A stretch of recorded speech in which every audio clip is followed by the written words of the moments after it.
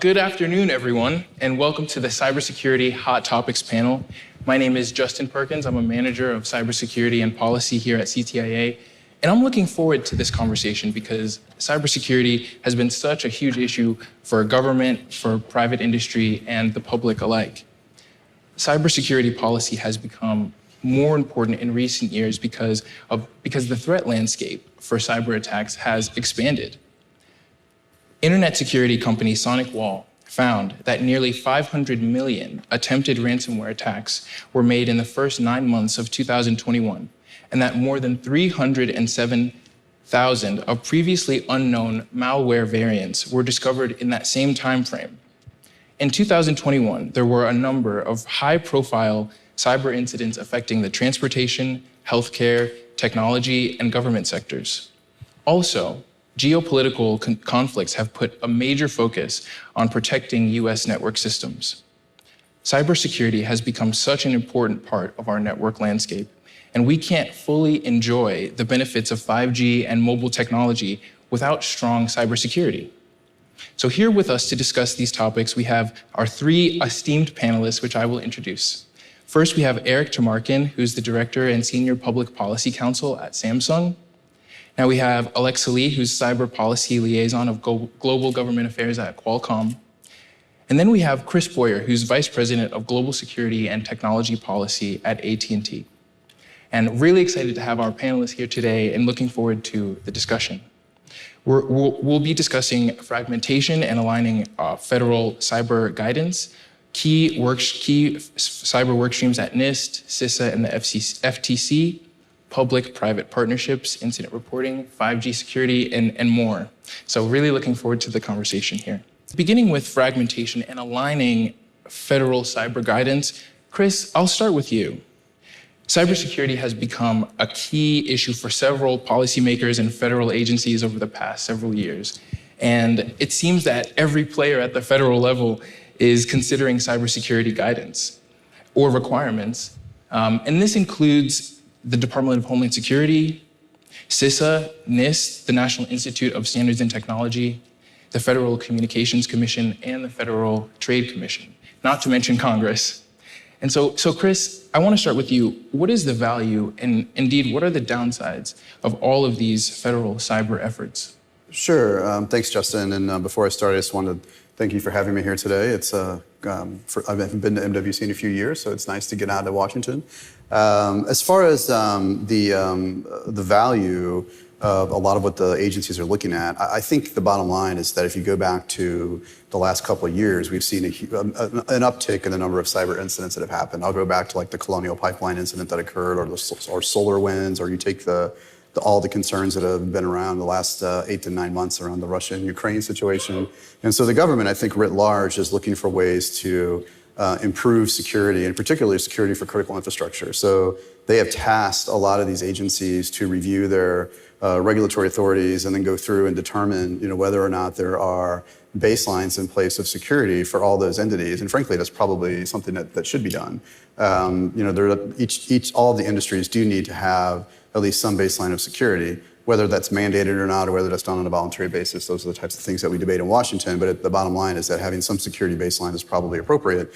I think the issue, the downside is that we end up with fragmentation. We end up with a lot of different requirements across different agencies. And I'll expand it a little further and even go internationally. We've started to see other countries as well adopt their own security. So I think if there's going to be a security baseline of sorts, it really needs to be modeled after some sort of international standards so that companies that operate like mine, that operate all around the world, are not trying to engineer their networks and do security different ways throughout the U.S. and in different countries. And I think that it's the issue of fragmentation and trying to harmonize a lot of these different requirements and have a consistent policy is probably the biggest concern. Right, absolutely. We see how consistent policy can really help drive that coherence. So Alexa, I want to get your take on that and all of the federal cyber efforts that are in place now. Sure. Again, this is actually my first time at the Mobile World Congress, so thank you for inviting me here today. I think as Chris mentioned before, many of these federal government efforts, they can enhance cybersecurity but at the same time, they can also conflict with or bog down existing efforts if not careful. That's why the Office of the National Cyber Director, ONCD, they has a very important role to play. And first of all, having a National Cyber Director in the White House to promote cybersecurity as a permanent priority in President's office is definitely important. At the same time, the Office of the National Cyber Director, ONCD, they will also oversee the development and enforcement of the National Cyber Strategy, which hopefully we'll see it very soon, maybe next month. And all of these efforts are definitely positive. However, because see, every agency, every company, every members of the Hill, they all have their different interests in cyber and what their views are about what should be the priorities for cybersecurity can be very different. So that's why I think it's very important for the ONCD to continue to serve as a strategic function on governance, not on operations, because that's what the other federal agencies should do. The key is for the ONCD to identify gaps and streamline resources to support other agencies with the necessary capabilities they needed to do their job. Right, absolutely. And we can see how aligning these resources will help companies to not duplicate efforts. And that would really assist companies in keeping cyber guidance simple and coherent. Eric, I want to get your perspective on that and the cyber efforts that are underway in the federal government. Sure, thanks. And thanks to CTIA for the invitation to participate on this esteemed panel. For those of you who do not know Samsung, we are a global leader in mobile networks, semiconductor, and consumer electronics. And cybersecurity is really important to us because now more than ever, our customers are depending on connected products. Our products, such as our semiconductors, telecom network equipment, mobile devices, and IoT solutions, are driving global economic growth. To your question, look, we value the US federal government as a partner on cybersecurity. And can I unpack a little bit of what these guys said in terms of all the different agencies that are involved? Yeah. And you know, a lot of the audience here may know some of the acronyms, but we'll start with the Department of Homeland Security and CISA, the Cybersecurity Infrastructure Security Agency.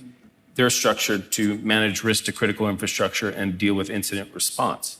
The Department of Justice and FBI have investigative role and criminal enforcement authority. The Federal Trade Commission is an entity that also has enforcement authority, but with respect to consumer privacy and data security. The Federal Communications Commission, which is our sector-specific agency here, has a really key role to make sure that the security and resilience of the telecom networks remain intact and have a sector-specific role with getting all the parties together to enhance the security of our communications sector. And then finally, Congress, as you mentioned, they have a role too. And when warranted, they should pass a cybersecurity statute. They also have the ability to do oversight. And as Alexa mentioned, we now have a national cyber director, and they're working on a national cyber strategy. And it's really key that as part of that strategy, that there is a contemplation for industry consultation in terms of when regulation or guidance impacts industry. Also, a strengthening of the public-private partnerships to make sure that they're beneficial for all parties, and we'll talk more about that later. Great, Thanks. yeah, thank you. And I really like what you, Eric, and what you said, Alexa, about the ONCD being a strategic partner with industry. The ONCD has recently been established, and it's guided by 4 principles. The first is ensuring federal coherence. The second is improving public-private partnership.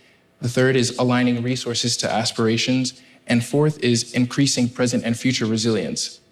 I want to ask you, Alexa, You talked a little bit about how the ONCD is a strategic partner for industry. How do you see the office changing the federal landscape moving forward? I think as you mentioned the importance of the public-private partnership, I think ONCD, they also has a role on there as well because they can serve as a convening power for public-private partnership. And thankfully, there are many existing channels already, especially the sector coordinating councils, the trade associations, the government advisory boards. These are all perfect opportunities that the Office of the ONCD that can leverage so they don't have to duplicate efforts. They can also become a center for relationship on cybersecurity ideas and expertise. Right, excellent. Now, I think we'll move on to some of the key work streams that are going on in cyber. And Eric, I'll start with you. We'll talk about NIST, the National Institute of Standards and Technology. This year, NIST, they launched a proceeding to update its seminal cybersecurity framework. And I'm sure many of us have heard about the cybersecurity framework, but I want to ask you, Eric, just to take a step back, is this update important? And how do you see the update to the cybersecurity framework impacting your individual companies and the broader cyber landscape? Sure, thanks. Since NIST originally published the cybersecurity framework, and I'm going to use an acronym here, sorry, the CSF, in February 2014, this non-prescriptive, flexible, and adaptive approach has really helped organizations, regardless of size, regardless of cybersecurity sophistication, apply principles of best practices of risk management to improve both their security and resilience. As you mentioned, NIST has updated it once in 2018, and now there's a request for information, an RFI, that was issued in February of this year. And a couple of notable things from this RFI. 134 commenters on the RFI, and they all had sort of broad consensus on a few points. They value the CSF as a foundational tool. They appreciate the process and adaptable nature of the CSF. They agree that any updates should follow a rigorous, open, and transparent process that engages stakeholders. From our perspective, we're looking at two different things with respect to the CSF.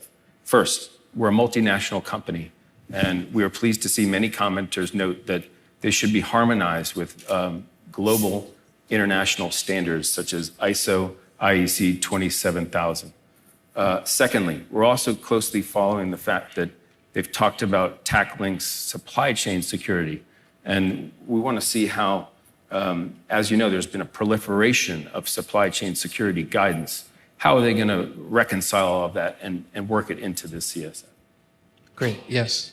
I can quickly add to what Eric said. I think there's also a couple ideas, good ideas, in the August NIST workshop on some potential ways what could be included in the CSF version 2.0.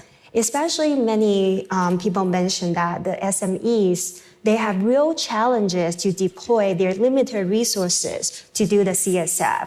So perhaps NIST can identify a couple important cybersecurity controls that can give the SMEs the most benefit for their precious resources.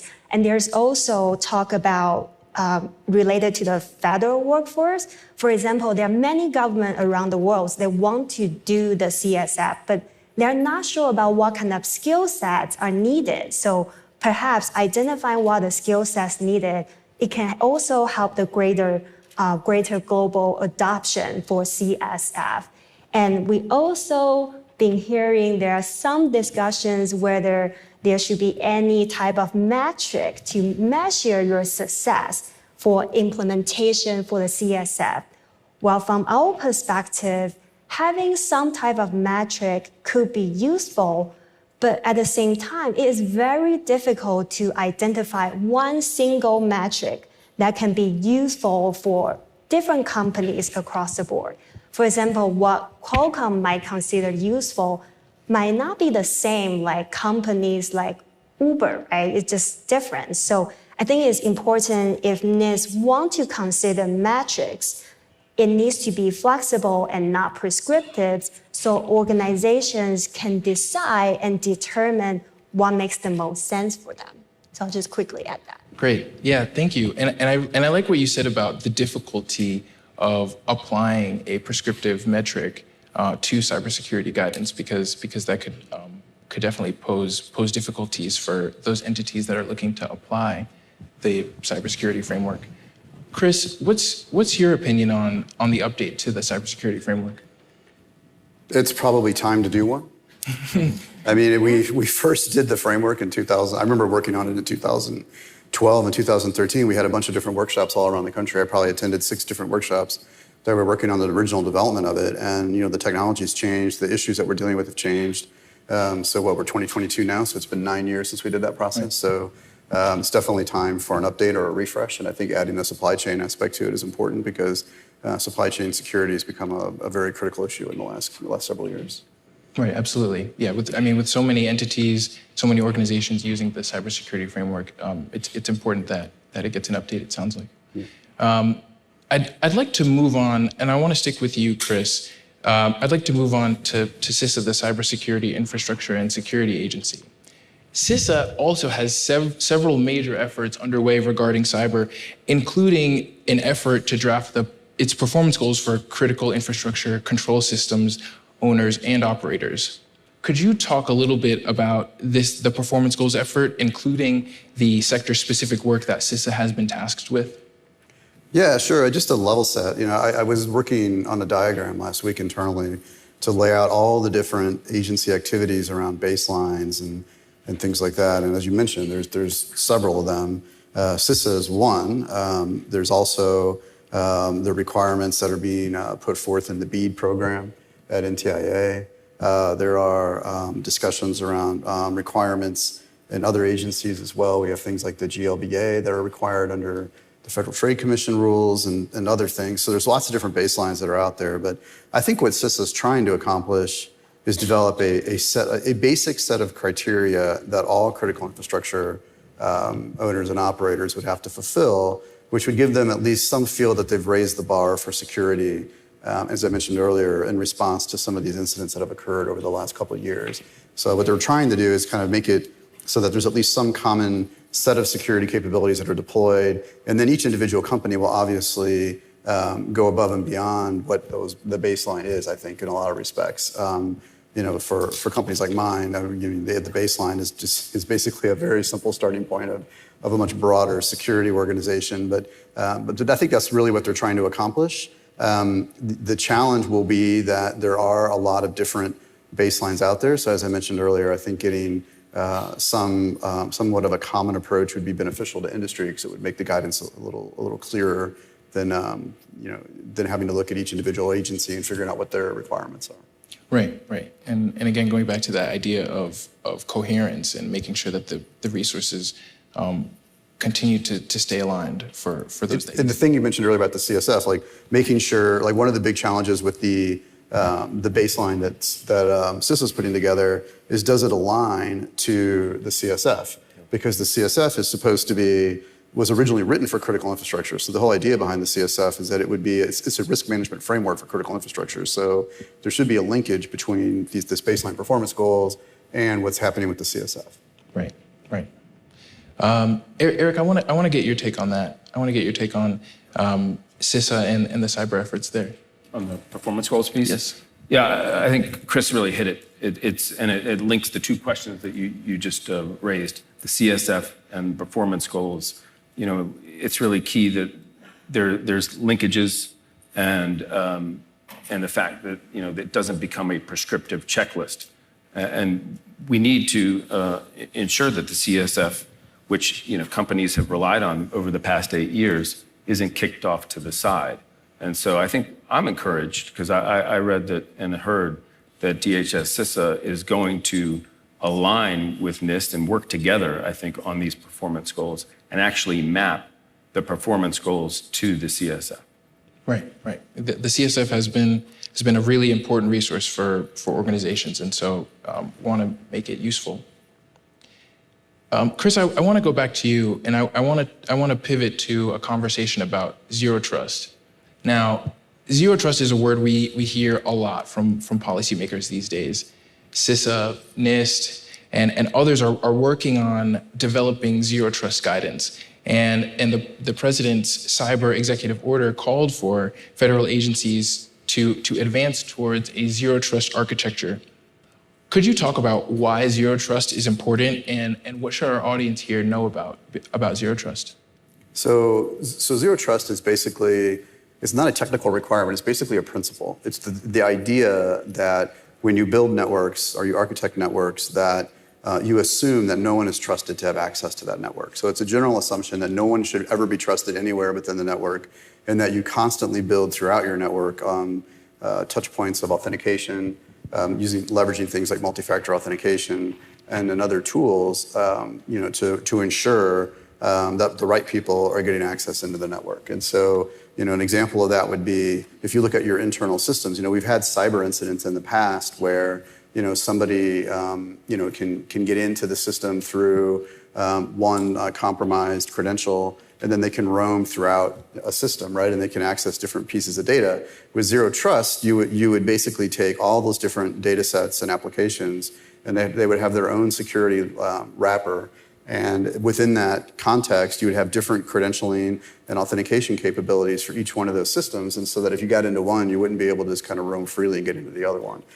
So you architect a network in a way where you're assuming that no one's trusted, you're forcing them to log in, you apply next generation, strong authentication capabilities like multi-factor, and then you segment all your systems. And it's a way both to limit access, and so the keys to the kingdom can't be stolen.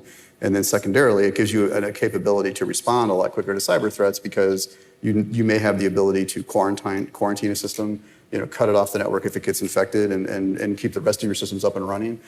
So there are different capabilities that are being built. But I think what the government's recognizing in the executive order, and they're right about this, is that zero trust is kind of an emerging technique in security. I'll put a plug in. We did a report back in earlier this year in what's called the National Security Telecommunications Advisory Council, the NSTAC. We wrote a report that talks about zero trust networking, and it has a pretty long summary and list of recommendations in an area. But if folks are interested, that kind of explains the concept and how it can be leveraged and used at a pretty high level. It's written for the president, so it's at a more of a policy level than it is at a technical level. Right. Can I quickly add to that? Also, just to add on what Chris said, I think there's also some definitional questions around this concept. There's zero trust architecture, there's zero trust network architecture. So I think it's important when we talk about those policy issues, we need to at least first identify what we are talking about. So at least it's really important to facilitate some kind of common understanding among those terms. Although that's important, but at the same time, I just want to highlight again, zero trust is a concept and it means different things to different people. So although facilitating common understanding is important, government shouldn't mandate how to achieve zero trust because there are many different verifications and ways to do zero trust. And the last we want to see is that government come up with some mandatory requirements to tell you what you need to do X, Y, Z for zero trust, because that could go very outdated very quickly as technology evolves. Yeah, I think it's a really good point. It's almost impossible to do that because zero trust, as we both talked about, is a principle or concept, and how you use that really depends on the entity. So the individual companies that know their systems and what they're using are the only ones that are really situated to understand where do they need to deploy different tools. And to your point about conflating terms, when we did the NSTAC report, we had a lot of debate about how to define zero trust and how it was. And some people assume that zero trust is the same thing as like multi-factor, and it's not. Multi-factor is a tool that can be used to implement zero trust in some ways, but it's not the same thing. And so there's a lot of conflation going on. So I do think it's a good point that there's a lot of conversations about that. But because of that, because it's a new concept, it's not really ripe for any kind of regulatory action for sure. Right. And I really like what you said about zero trust being nascent. It's new. It's a concept. There's no one right way to apply zero trust. So thank you, Alexa. I want to go back to you, and I want to pivot to a conversation about the Federal Trade Commission. Now, the FTC, they launched a rulemaking proceeding with the main topic surrounding data security practices. So how do you expect the FTC's shift from data security enforcement to more prescriptive rules about data security to change the landscape? So for background, the FTC, they published this advanced proposed rulemaking, ANPR, on commercial surveillance and data security last month on a massive range of topics. I think they asked maybe 95 questions in total, which is quite impressive. I think for Qualcomm, we are most interested to see how this proceeding will unfold, particularly regarding how the agency will consider many productive use cases and positive opportunities afforded by data collection and use. There are many examples of why data use is important and beneficial to consumers and society. And there are also technology that protect privacy while enabling innovation at the same time, such as encryption and privacy-enhancing technologies, PET, that should all be encouraged. After all, the innovation of the future is driven by data, so this is a really important conversation. So look at the questions itself. I think it's important to highlight again the risk-based approach. For example, NIST has developed a privacy framework modeling after the success of the cybersecurity framework, which we just talked about quite a bit earlier. And now they are in the process of developing the AI risk management framework. And all of these are based on risk assessment. So it is really important that we ensure the US can continue build on this risk-based approach on technology policy that has enabled our success for technology leadership for decades. But ultimately, the US needs a federal privacy legislation to protect American citizens' data. So we appreciate Commissioner Bedoya's remark saying that the agency's work will not overlap with the congressional efforts. Great, excellent.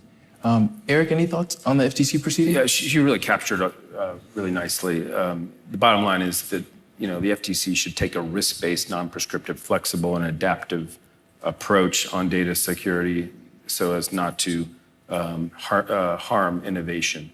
And the key thing to take away here is that the FTC is very early in its process, and we don't want to sort of, assume that they're going to go for rules at the end of it. We're going to wait and see. Great. And yeah, I think a lot of us are paying close attention to this proceeding, and so we're looking forward to the result. I'd like to stick with you, Eric, and I'd like to pivot the conversation to public-private partnerships. This is a really important conversation. Securing the communications infrastructure is a responsibility that involves multiple stakeholders. No one entity can secure the network infrastructure alone. And Eric, some of your companies, some of you work hand in hand with federal, state, and local governments to provide the secure network access. And could you talk a little bit about the importance of public-private partnerships in the cyber landscape? And for all of you, how do your companies support that public-private partnership model? Right, absolutely, 100% right. Cybersecurity is a team effort, and it requires cooperation and participation from all parties, chips, device, hardware, software, broadband service, local area network like Wi-Fi, telecom networks, cloud, all of which can be sourced from different parties and managed by different parties in the ecosystem. And as you mentioned, the government has a role too, and we recognize that, and we're involved in a number of public-private partnerships where we tackle these challenging cybersecurity problems together. For example, the Federal Communications Commission's got the CISRIC, the Security, Reliability, and Interoperability Council, We are also members of the IT Sector Coordinating Council and the Communications Sector Coordinating Council. These are the key venues where those sectors coordinate with the government on critical infrastructure and cybersecurity issues.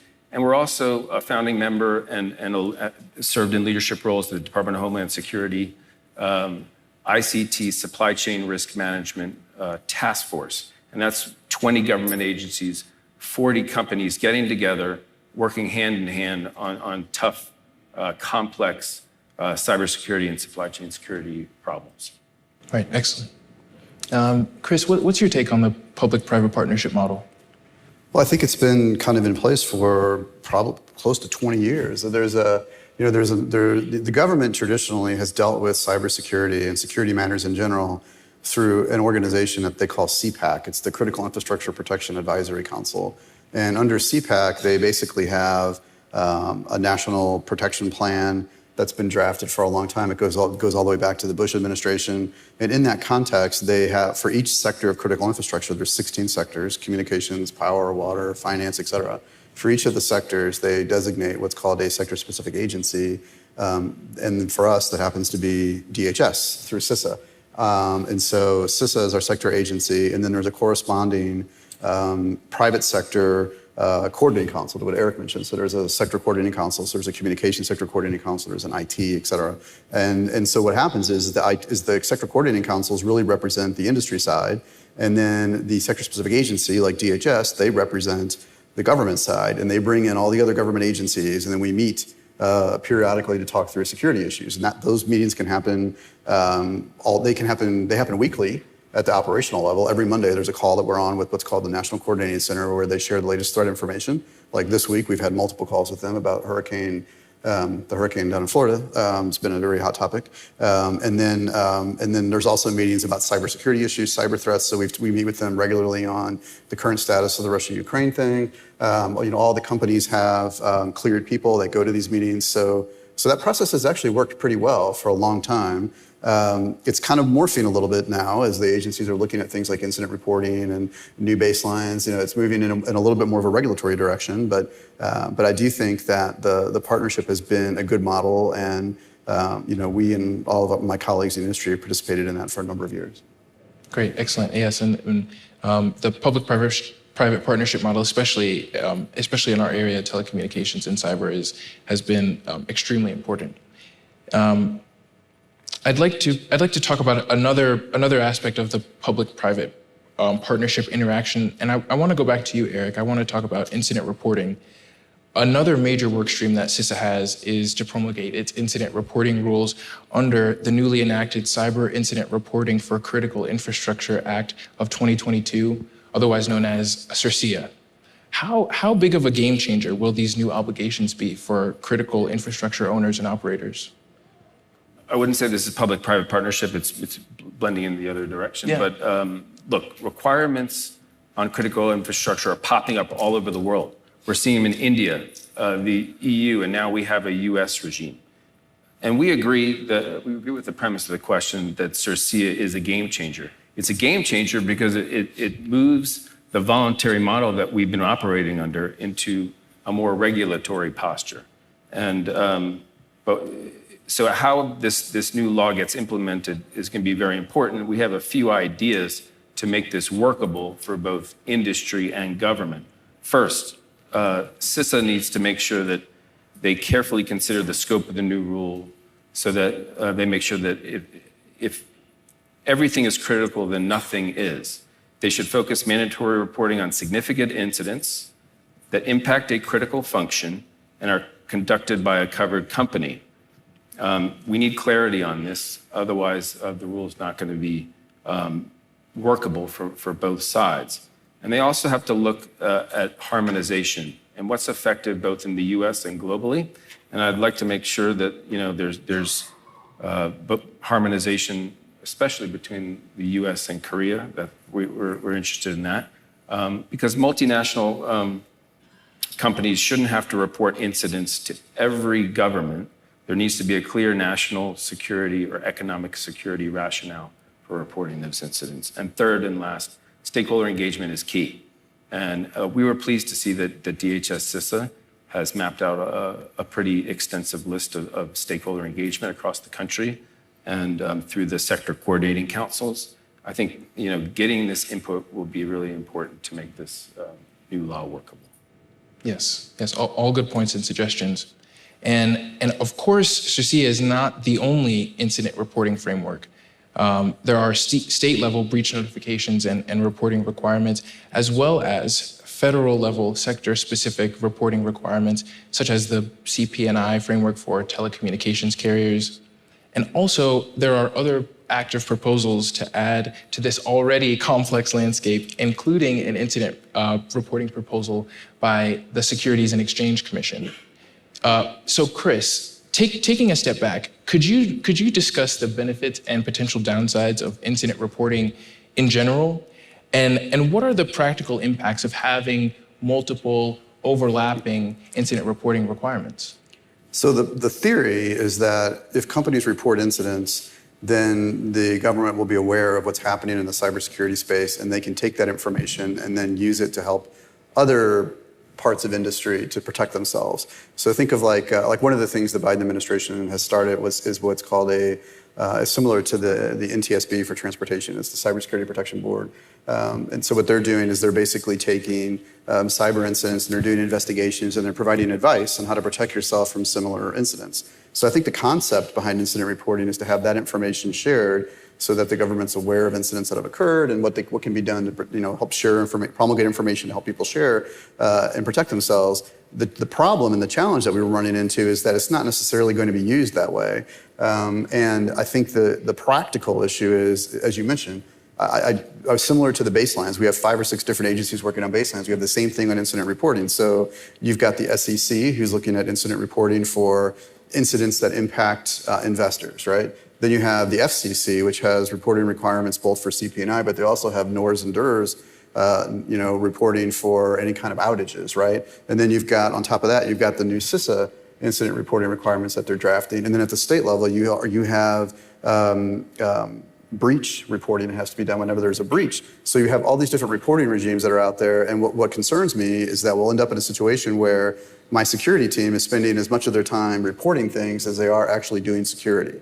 We've had situations in the past where we've had agencies where things have come up and they've gone through multiple rounds of RFIs and questions and data requests and other things that have been a huge time sink on reporting on what I would consider to be relatively minor issues in the big scheme of things, but it's become a big distraction for the people that actually are doing the day-to-day security work. And so we have to avoid being in a mode where we're just reporting for reporting's sake, and it actually is not helpful in the bigger picture of protecting the security, protecting infrastructure. I can just quickly add one sentence perhaps to both of my colleagues. I think for an incident reporting regime to be successful, I would just say the better the protection for the victims and the information they share, the more trusted and more effective these operational partnership will be. Right. Yes, absolutely. All great points. I want to shift the focus to 5G. Now, Chris, I'll stick with you. We know that there was significant discussion leading up to 5G about cybersecurity, including both the security enhancements in 5G standards, as well as the potential new threats. How is this playing out as 5G is deployed? Well, so the concern about 5G really boiled down to that there's some new elements in 5G that were not in previous iterations of wireless, and it really comes down to mobile edge computing. The concern was that now you're basically introducing this new mobile edge concept. Some of the infrastructure is going to run on the cloud, and so there was concern generally that by introducing those new capabilities, that you're creating a new attack vector or a new thing that has to be protected. And that's true. I mean, that's all part of the architecture, right? At the end of the day, though, it all comes down to whether the operators are putting in place the right controls, which we certainly think we can do. So I think the security concerns were overblown. I've analogized it to cloud computing. 10 years ago, or back in 2010, I was doing panels and people were all concerned about cloud computing. Now you have financial institutions moving their entire networks onto the cloud, right? Because we've figured out how to secure the cloud. So 5G is no different. It's just a slightly different architecture, and we're going to have to put in security controls. And on top of that, there are benefits to it, right? So the mobile edge can actually be used to do threat detection and actually stop some of the attacks at the edge of the network before it traverses all the way back into the core. And so there's actually benefits to security with edge computing. I also think there's other things that are built into the 3GPP standard, like encryption. There's a much stronger encryption of the over-the-air interface. For example, things like MZ catchers or stingrays, if you've heard of them, will no longer really work under 5G versus how they did on 3G networks. So I think there's actually some security benefits in terms of how 3GPP actually built in security into the standard on top of the capabilities introduced by edge computing. Well, excellent. Well, it looks like we've run out of time here. Really thankful for our discussion today. Do our panelists want to offer any closing remarks? Go ahead. I think we're good, but on 5G, we're also. I wasn't just scrolling the news and looking at weather. We make 5G phones and network equipment and chips, and so take a look at our 5G flip phone. Happy to talk more about that if folks are interested. Great. Well, thank you, everyone. Thank you again for an amazing panel. Really happy we could be here.